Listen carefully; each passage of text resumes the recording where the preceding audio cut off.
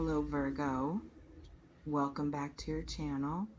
I hope you're doing better. Something is pressing against the surface of a situation you've been living with for a while now. Not pushing through yet, not fully arrived, but close in that particular way that certain things are close before they become undeniable. The way a storm is close before the first drop falls. The way a truth is close before the person carrying it finally finds the words.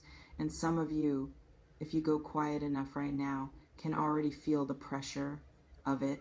That specific charged quality in the atmosphere around a particular person or situation that signals something is no longer content to stay where it has been. Something is preparing to move.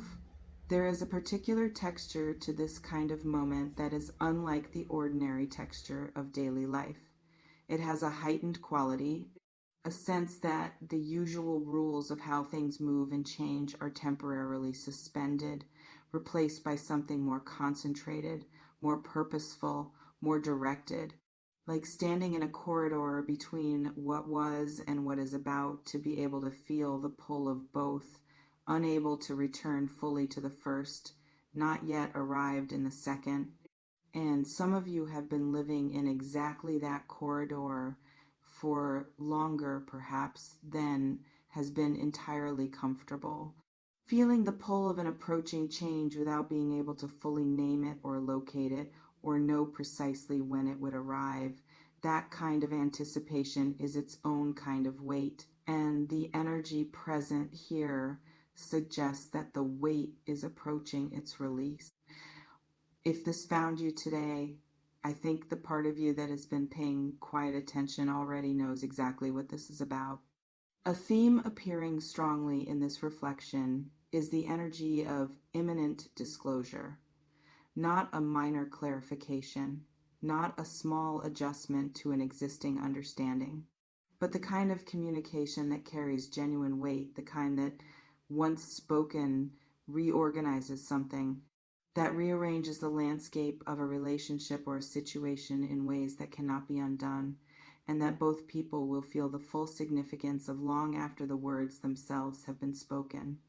There is a particular gravity to this kind of exchange before it happens, a heaviness in the air around it, a sense that both parties are already, on some level, in the anteroom of a conversation that has not yet officially begun, but that is unmistakably present, circling, gathering itself, waiting for the right conditions to fully arrive. An energy that may be present for many of you right now is the quiet electricity of something that can no longer be postponed.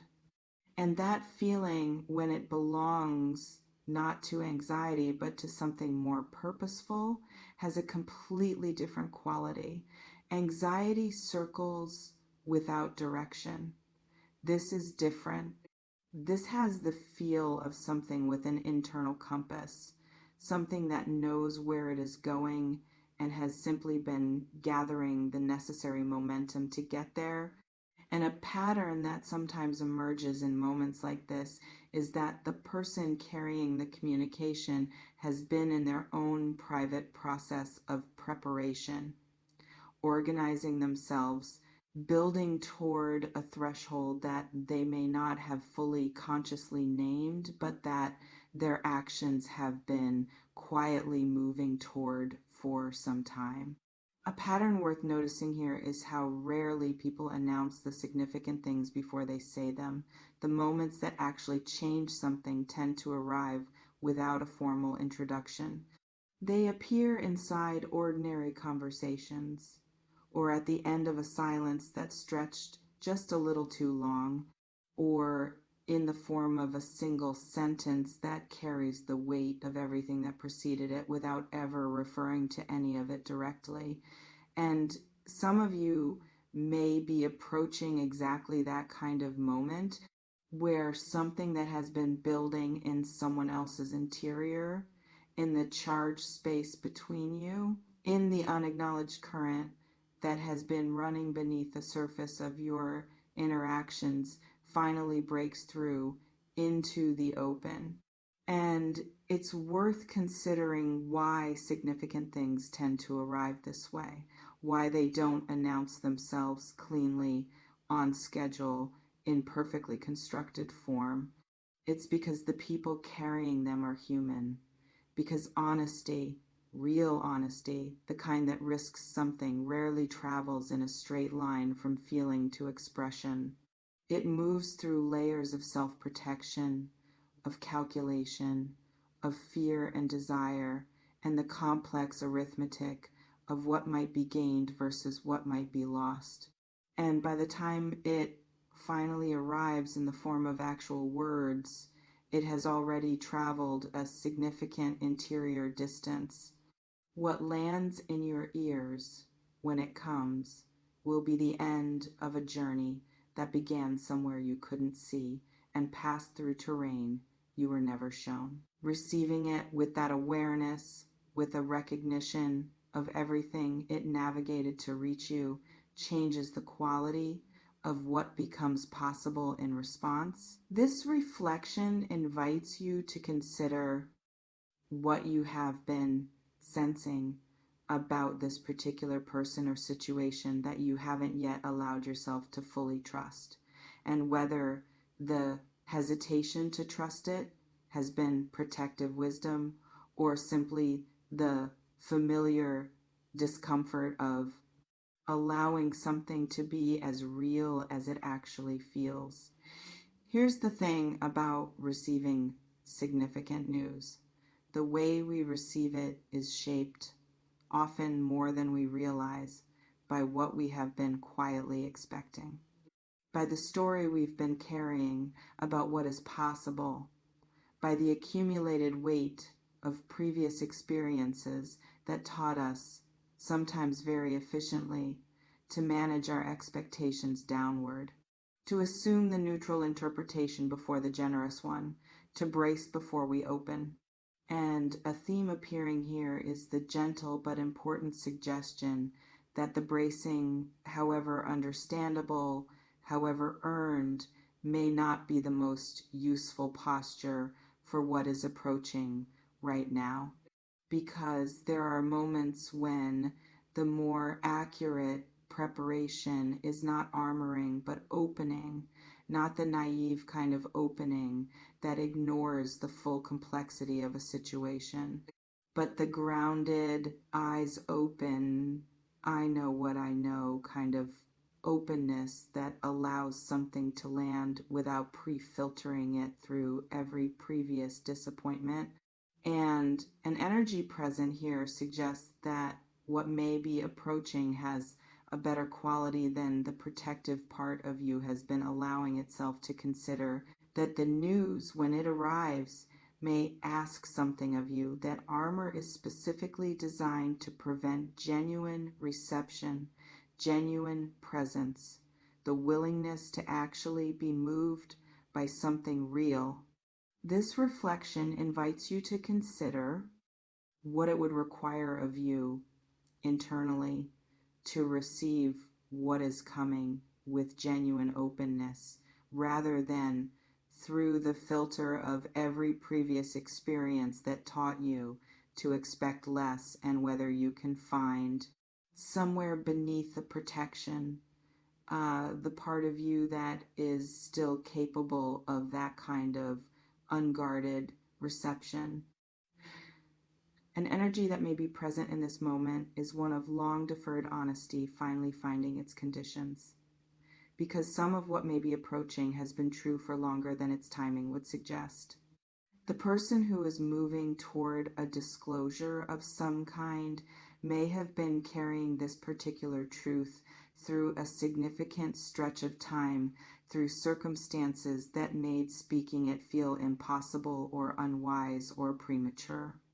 And what may be shifting now is not the truth itself, but the conditions around it, the interior readiness, the external circumstances finally aligning in a way that creates enough space for honesty to move through.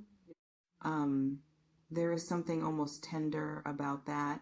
The image of a person who has been holding a significant truth carefully for a long period through the various seasons of their own experience, waiting not out of cowardice, but out of a complex, private sense of timing that they may not have been able to fully explain even to themselves. And the approach of the moment when that truth is finally ready to be released carries its own kind of sacred quality. Whatever it contains, it has been held with a seriousness that is worth acknowledging. It has not been casual, it has not been impulsive, it is arriving with the full weight of everything that preceded it. This reflection invites you to consider what it might mean to receive this communication, not just as information, but as evidence of something of courage, of care, of a process that has been underway longer than you knew, and whether receiving it with that awareness might change what becomes possible in response. A theme worth sitting with here is the difference between news that disrupts and news that clarifies. Because sometimes the things that feel most destabilizing in the moment of their arrival are precisely the things that create the conditions for a more honest, more solid, more real foundation going forward. The disruption is not the destination, it is the clearing, the rearrangement that makes room for something more true than what was there before. And an energy appearing here is the suggestion that whatever is approaching may be more clarifying than destabilizing, more like a light being turned on than a floor being removed. The initial intensity of it may be significant, but beneath that intensity, something is becoming more visible that was always there, always real, always quietly shaping the situation, even while it remained unnamed. And there's something almost relieving about that possibility, something worth allowing yourself to feel before the moment arrives. The possibility that what is coming is not another source of complexity to be managed, but rather the dissolving of the complexity that has already been present, the resolution of a tension that has been quietly consuming energy without ever being directly addressed. Sometimes the news we are most afraid to receive is precisely the news that releases something we have been carrying without fully realizing we were carrying it. And the relief that arrives in the wake of a long deferred truth, even a complicated one, even one that requires a real response, can be genuinely staggering in its intensity, like setting down a weight so familiar it had stopped registering as a weight at all. This reflection invites you to consider how your life, your decisions, your sense of what is possible, your understanding of this particular connection or situation might look different on the other side of having full clarity about what is actually true here, and whether that clarity, even if it arrives in an unexpected form, is ultimately something you want. And this is where it gets both subtle and significant, because one of the more complex emotional patterns that sometimes surfaces in moments like this is the simultaneous experience of wanting to know and being afraid to know. The part of you that has been leaning toward this disclosure, that has felt the pull of a resolution that keeps receding, that has spent significant interior energy on the question of what is actually happening here. That part wants this, wants the clarity, wants the words to finally arrive and settle what has been unsettled for too long. And then there is the other part, the one that has learned through experience that knowing sometimes costs something. That once a truth has been spoken, it cannot be unspoken.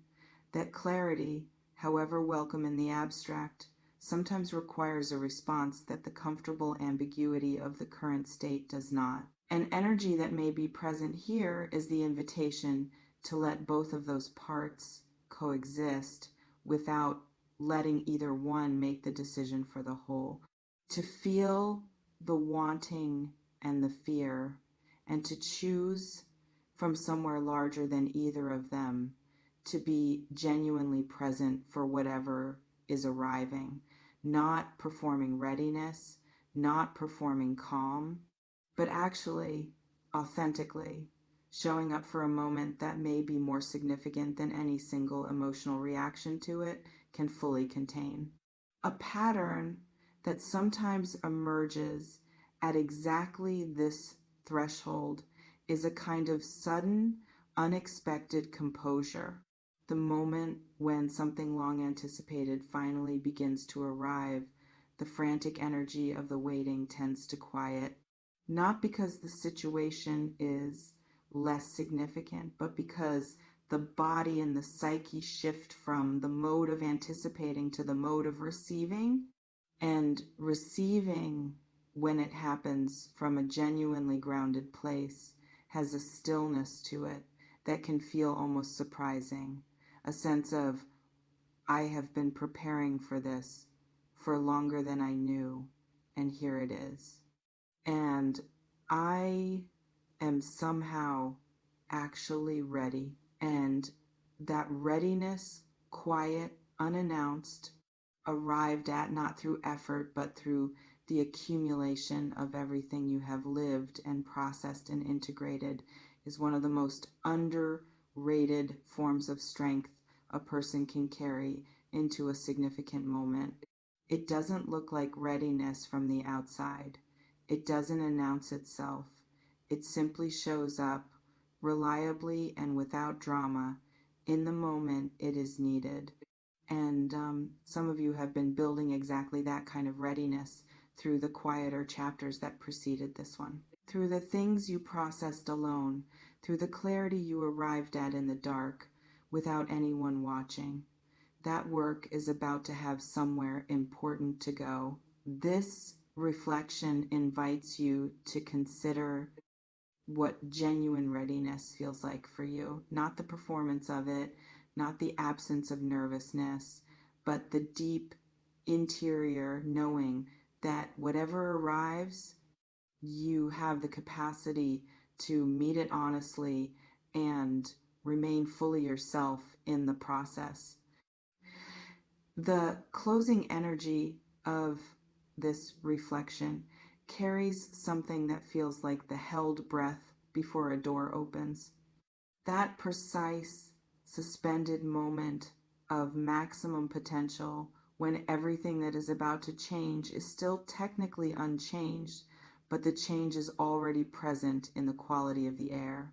Some of you know this feeling intimately, have been living inside it perhaps for longer than is comfortable, and what this reflection is gently offering is not a prediction of what will be said or what it will mean, but something more grounded and more lasting than that. It is the reminder that you are not simply the recipient of whatever is coming. You are also, in your own way, a participant in how it lands, in what it becomes, in what gets built from the moment of disclosure and everything that follows it. Your presence, your honesty, your willingness to receive and respond from your most grounded and genuine self. These things are not passive. They shape what becomes possible after the words arrive. They determine whether a moment of disclosure becomes simply a revelation or becomes the beginning of something genuinely new. So listen closely, not just to what is said, but to what is underneath what is said, to the weight that certain words are carrying, to the courage that may be present in a person who has traveled a long distance to arrive at honesty, to your own interior response, which will tell you more than any outside analysis ever could about what this actually means for you and for what you want to build from here. The words that are approaching deserve that quality of attention, and so do you. Trust what you feel when they arrive. It will know exactly what to do with them.